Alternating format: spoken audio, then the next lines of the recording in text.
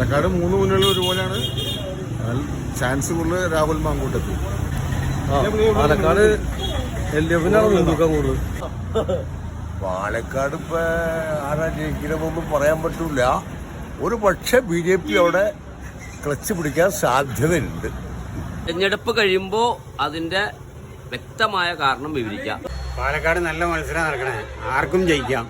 കൂടുതൽ വോട്ട് കിട്ടുന്ന ആള് ജയിക്കും. പാലക്കാട് നമ്മുടെ രാഹുൽ മാങ്കൂട്ടം ജയിക്കും.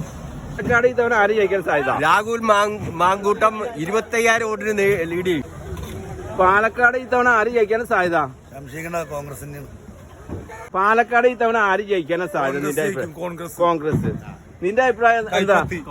കോൺഗ്രസ്. കൈപ്പത്തി ചിഹ്നം. പാലക്കാട് ഇത്തവണ ആര് ജയിക്കും? കോൺഗ്രസ് ജയിക്കും. ഇത്തവണ ആര് ജയിക്കാൻ സാധ്യത? BJP വൻ ഭൂരിപക്ഷത്തോടുകൂടി ജയിക്കും. ഉറപ്പ്. പാലക്കാട് ഇത്തവണ ആര് ജയിക്കാൻ സാധ്യത?